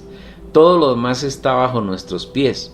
Cuando confesamos estas verdades, las hacemos realidad en nuestro vivir aquí en la tierra. 3.4. Lo dio por cabeza a la iglesia.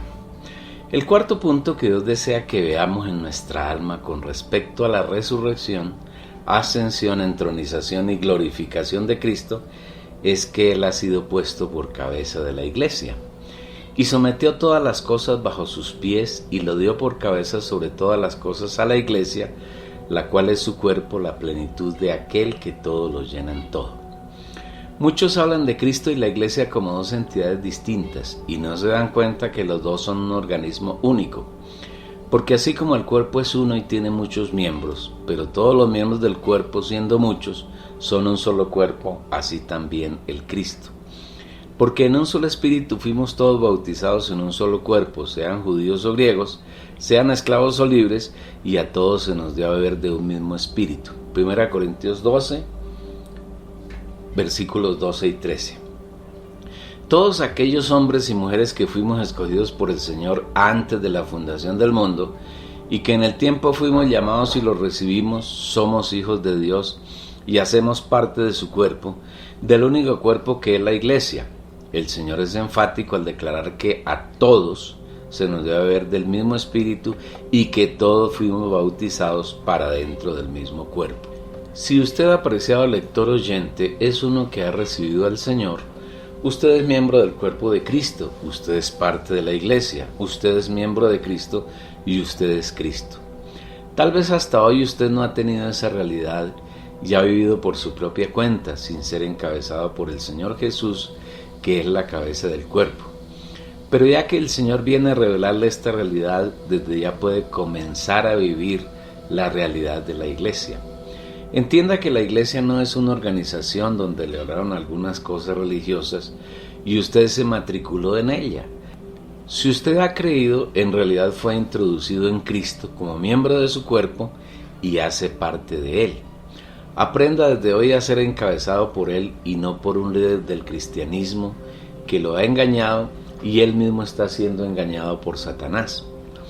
El Señor mora en su espíritu como la unción y Él tiene el poder y la capacidad para encabezarlo y guiarlo en todos los campos de su vida. Confíe en Él. Dice el versículo 23 de Efesios 1 que Jesús es la cabeza y que nosotros sus miembros somos su cuerpo y que somos la plenitud de Él. Cristo sin la iglesia sería una cabeza monstruosa y todos sabemos que una cabeza no puede existir si no tiene un cuerpo. De la misma manera, un cuerpo sin cabeza es un cadáver apestoso.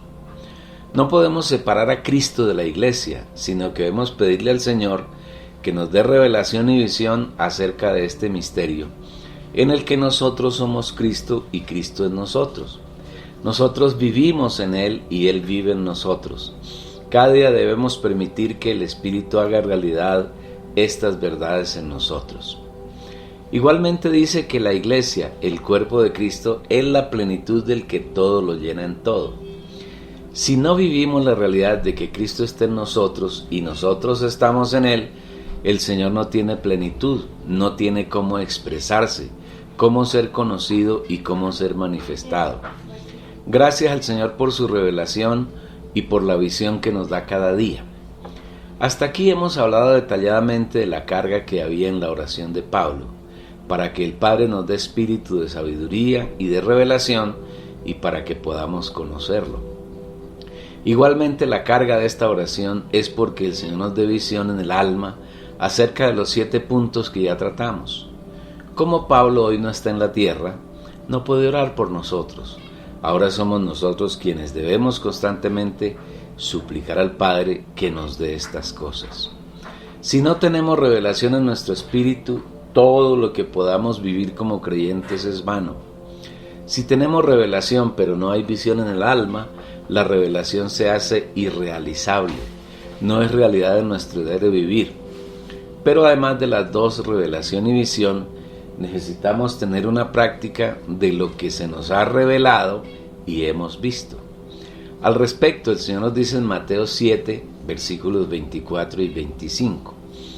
Todo aquel, pues, que oye estas palabras mías y las pone por obra, será semejante a un hombre prudente que edificó su casa sobre la roca. Y descendió la lluvia y vinieron ríos, y soplaron los vientos y golpearon contra aquella casa, y no cayó porque estaba fundada sobre la roca. Para hacer realidad la palabra del Señor en nuestro diario vivir, lo hablado por el Señor en estos 2 versículos, queda establecido un proceso bien claro y definido. En primer lugar, es necesario oír sus palabras. Aquel, pues, que oye estas palabras mías. Para poder oír la palabra del Señor, es necesario acercarnos a Él. Porque el Señor no anda por ahí con un parlante hablando sus palabras para ver si encuentra quien las oiga. Dios se rige por principios que no tiene interés en alterar. Viendo las multitudes subió al monte, y cuando se hubo sentado, se le acercaron sus discípulos, y abriendo la boca les enseñaba diciendo, Mateo 5, versículos 1 y 2. En este pasaje, cuando Jesús vio a la multitud, subió al monte y se sentó, porque no tenía ningún interés en enseñarle a la multitud. Abrió su boca para enseñar a sus discípulos, solamente cuando éstos se hubieron acercado a Él, no antes. Si usted quiere ser enseñado por el Señor, si quiere oír sus palabras y ponerlas por obra, debe aprender a acercarse a Él. El Espíritu Santo, por medio de Santiago, ratifica y puntualiza este principio mediante el cual nos enseña que el Señor solamente habla sus palabras a quienes se acercan a Él. Acercaos a Dios y Él se acercará a vosotros. Santiago 4, versículo 8. Si es cuidadoso, observará que es usted quien debe tomar la iniciativa de acercarse a Dios. De otra manera, no hay como tener la cercanía suya. Inmediatamente surge la pregunta, ¿cómo puedo acercarme al Señor? Muy sencillo. La respuesta está en Mateo 6:6. Mas tú, cuando ores, entra en tu aposento, y cerrada la puerta, ora a tu Padre que está en secreto, y tu Padre que ve en lo secreto te recompensará. Es interesante la traducción del interlineal griego. Mas tú cuando ores, entra en el aposento más interior de ti. Para el lector no debe ser desconocido que el aposento más interior es el espíritu humano, que es la parte más interior y profunda que tenemos los hombres. Para oír las palabras del Señor, además de entrar en el espíritu humano, es necesario cerrar la puerta. Esto implica que Dios habla sus palabras y las revela a quienes son íntimos con Él. Si usted lee la Biblia solamente con el propósito de pasar el tiempo, o pensando que con solo leer le agrada a Dios, está perdiendo su tiempo. Debe aprender a entrar en su espíritu, cerrar la puerta y tener una comunión íntima con el Señor. Si en esa intimidad lee la Biblia, ésta se convertirá en las palabras que el Señor le habla a usted. Ese aposento interior tiene cupo solamente para dos, usted y el Señor. En él no cabe la familia, ni Satanás, ni los demonios. Nadie distinto al Señor y usted. Si usted sabe vivir en ese aposento, tendrá una comunión permanente con el Señor. Y la revelación de su palabra será fluida e ininterrumpida, y así podrá poner su palabra en práctica. Observe con cuidado los versículos de Mateo 7, 24 al 26, y verá que no es suficiente oír las palabras de la boca del Señor en comunión íntima con Él, sino que además es necesario hacerlas, es decir, ponerlas por obra, practicarlas y hacerlas realidad en la vida diaria. Cuando cumplimos la segunda condición, el Señor dice que somos hombres prudentes. En verdad, aunque hagamos las palabras del Señor, no podemos hacerlas. Debemos enyugarnos con el Señor para aprender de Él mansedumbre y humildad y rogarle que sea Él mismo haciendo realidad su palabra en nosotros. Si consideramos que somos capaces de hacer y cumplir la palabra del Señor, estamos cometiendo un pecado que el Señor aborrece sobremanera: jactancia, soberbia, presunción. En ese caso, Dios nos resiste y nunca lograremos nada en Él. Debemos recordar que separados de mí nada podéis hacer. Juan 15, versículo 5. Todo lo que hagamos para el Señor separados de Él, es decir, sin que sea Él quien lo hace en nosotros, nunca lo agradará y por el contrario le será ofensivo. ¿Qué hace el hombre prudente? Cuando oye la palabra del Señor y la pone por obra, está edificando su casa sobre la roca. ¿Y quién es la roca? Descuidada y superficialmente todos responden que es Cristo, y si son católicos dicen que la roca es Pedro. La roca es Cristo, pero no tan simple y lacónico, porque la roca en verdad es Cristo revelado en nuestro espíritu humano y saturado en nuestra alma. Cuando Jesús estaba con sus discípulos en Cesarea de Filipo, les preguntó quién decían las gentes que era Él. Ellos le respondieron que algunos decían que era Juan el Bautista, otro que era Elías, otros que Jeremías o alguno de los profetas. Jesús es más que profeta, Él es Dios mismo viniendo al hombre para redimirlo. Por eso el Señor les pregunta directamente: ¿y vosotros quién decís que soy yo? Mateo 16, versículo 15. Los discípulos, aunque andaban con Él, no tenían idea de quién era. Pensaban que era un maestro, un hombre bueno, y seguramente concordaban en afirmar que Jesús era un excelente profeta. Sin embargo, había entre ellos un discípulo que era osado, que no se conformaba con las apariencias, que buscaba profundizar en saber quién era este hombre tan maravilloso y extraordinario.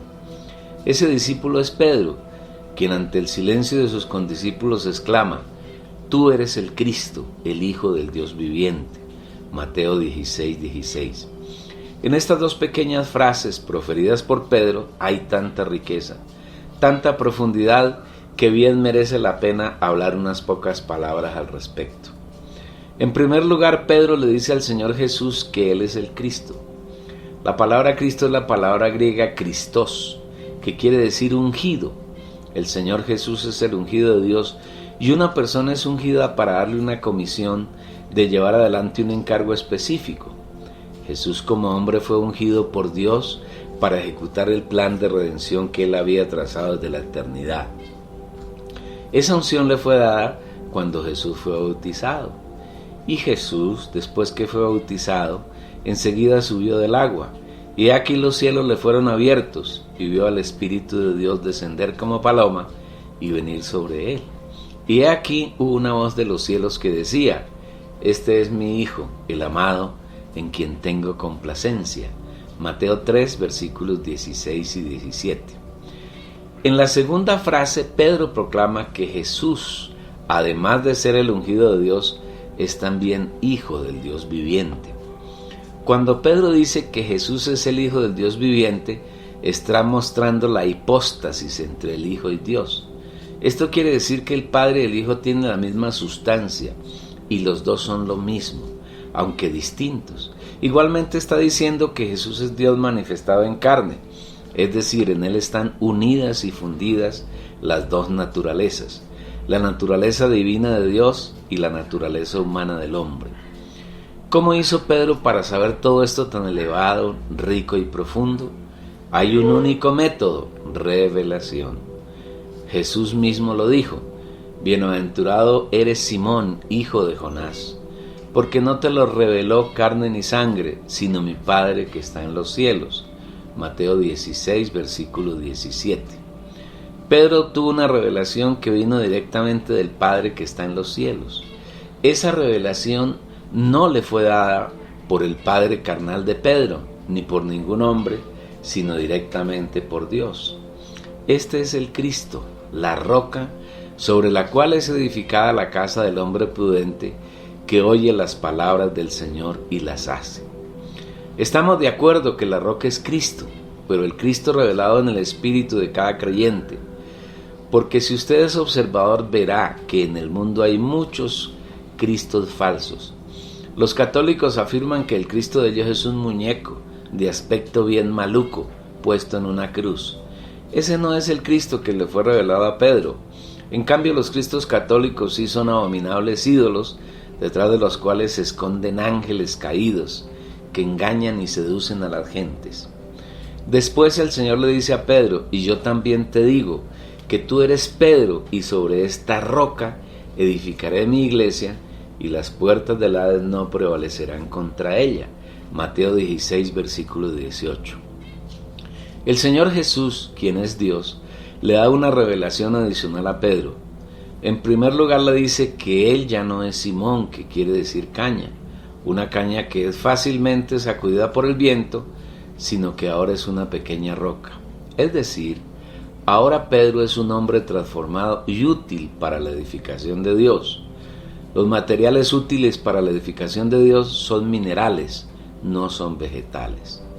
El creyente que sobreedifique con vegetales sufrirá pérdida, porque su obra será probada por el fuego y quemada, mientras que el creyente que edifique con oro, plata y piedras preciosas tendrá ganancia, porque su obra no será afectada por el fuego.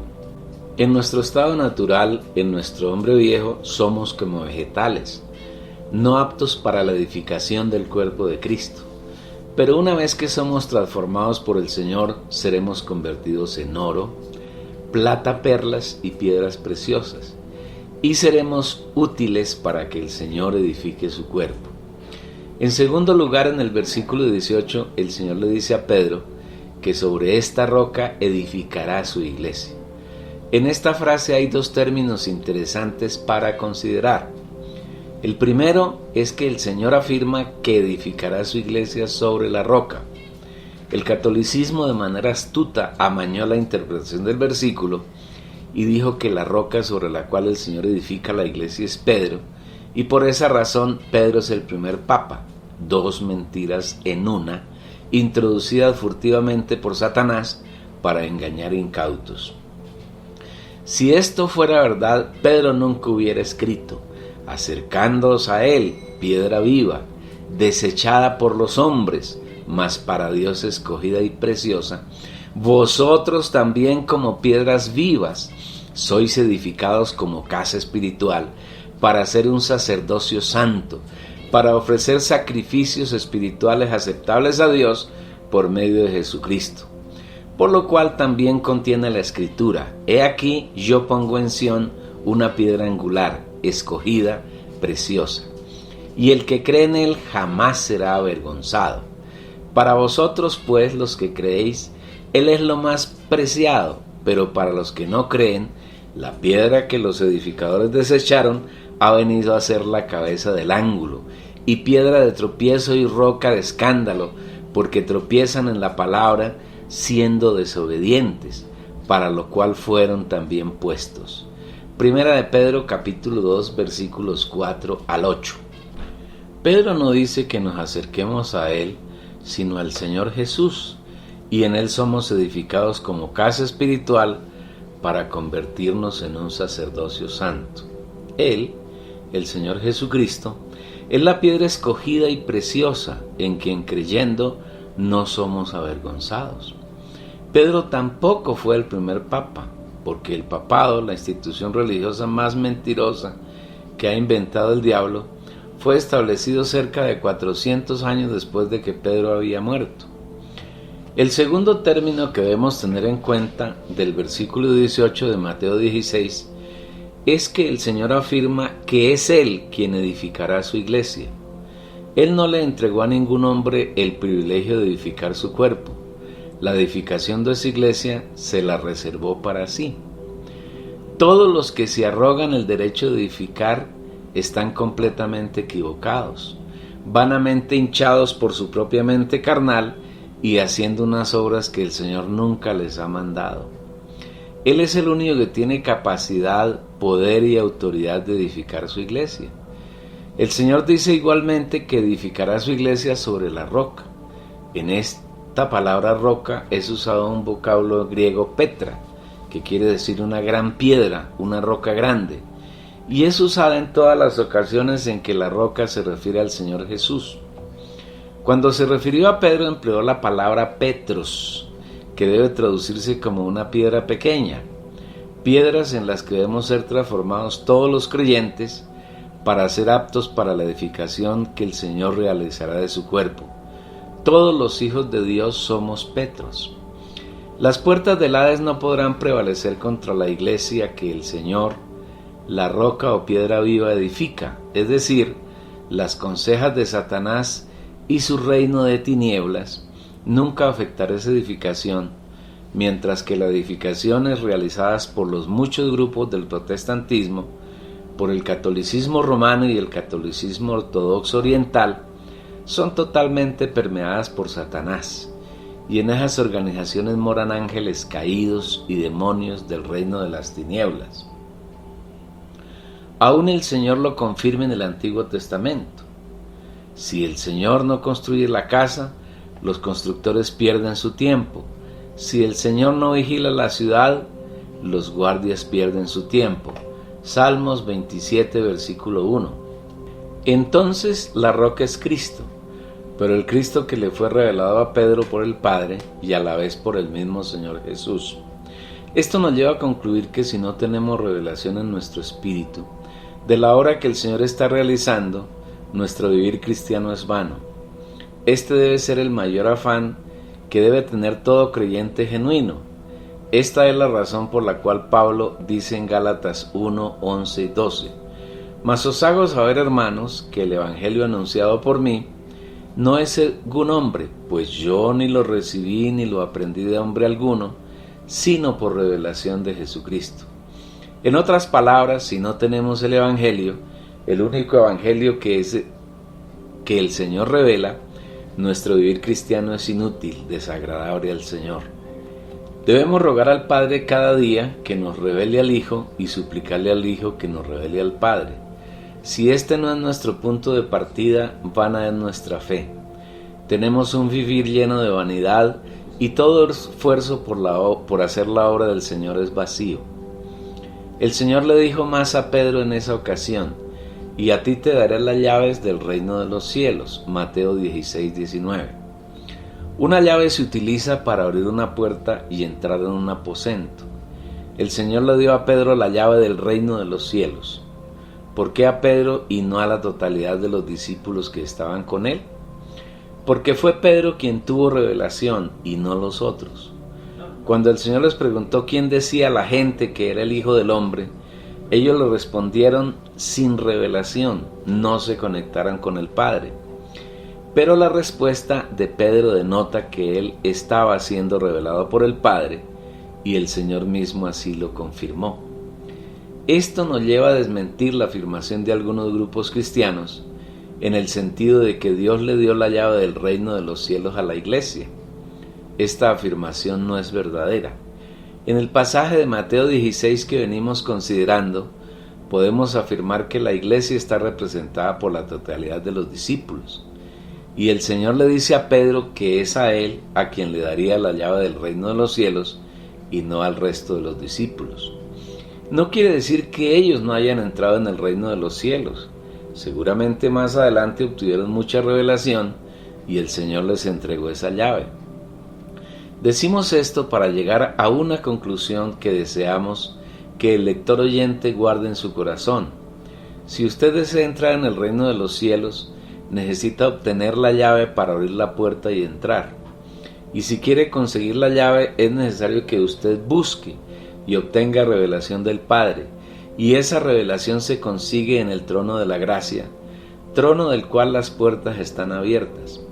En la medida que usted entra en su espíritu y cierra la puerta y tiene comunión íntima con el Señor, Él se va revelando y usted va entrando en el reino de los cielos. A esto se refiere el Señor en Mateo 7:24, cuando afirma que el hombre prudente es aquel que edifica su casa sobre la roca, aquel que oye las palabras de la boca del Señor y las pone por obras, que busca revelación de la persona, del plan y del deseo del Señor, y la hace realidad en su diario vivir.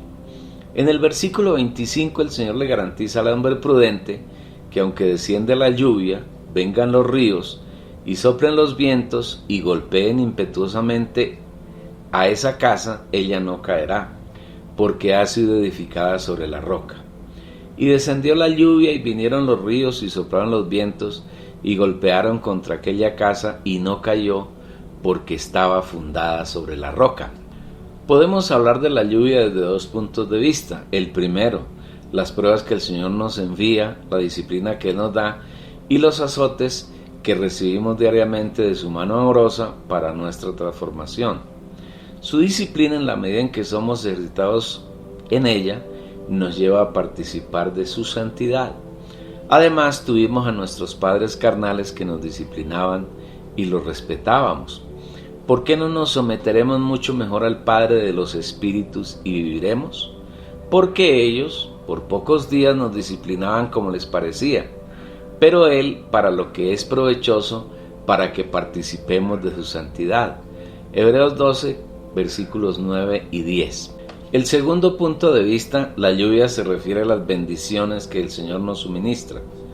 Muchos hermanos han tenido grandes revelaciones del Señor y su corazón se ha llenado de orgullo. En el siglo XX hubo dos hermanos que lograron muchas revelaciones de la palabra del Señor, y Satanás logró dañar el corazón de ellos, llevándolos a formalizar una organización con la palabra que el Señor les había revelado. El resultado de esa obra que vemos en la segunda década del siglo XXI es desastroso y desesperanzador. Quienes siguen las enseñanzas de esos hermanos los han convertido en ídolos, a quienes adoran de manera soterrada y consideran que su ministerio es el único que Dios reconoce en la tierra y que su organización es la única iglesia. Ellos consideran que quienes no estén en su organización están fuera de la iglesia. Tanta mentira logra introducir Satanás aún entre creyentes genuinos.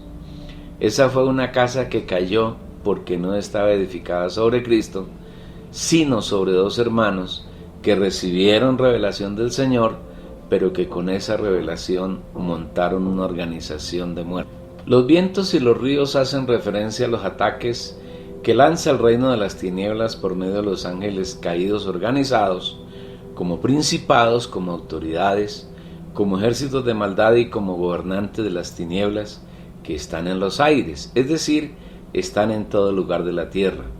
Sin embargo, nosotros no podemos ser alcanzados por ellos, porque estamos escondidos con Cristo en Dios. Porque habéis muerto, y vuestra vida está escondida con Cristo en Dios. Colosenses capítulo 3, versículo 3. Los ríos igualmente tienen que ver con el reino de las tinieblas, especialmente con demonios que atacan a los hijos de Dios, pero nada pueden contra aquellos creyentes genuinos que están oyendo las palabras del Señor y haciendo la realidad en su diario vivir. Luego el Señor dice que aquel que oye sus palabras y no las hace, lo compara con el hombre insensato que edificó su casa sobre la arena, y las lluvias, los ríos y los vientos la derribaron, y ese hombre se arruinó. Pero todo el que oye estas palabras mías y no las pone por obra, será semejante a un hombre insensato que edificó su casa sobre la arena, y descendió la lluvia, y vinieron los ríos, y soplaron los vientos, y golpearon contra aquella casa, y cayó, y grande fue su ruina. Mateo 7, versículos 26 al 27. Son muchas las experiencias que podemos ganar en estos dos versículos. Nos limitaremos a decir que tanto el hombre prudente como el insensato oyeron las palabras del Señor.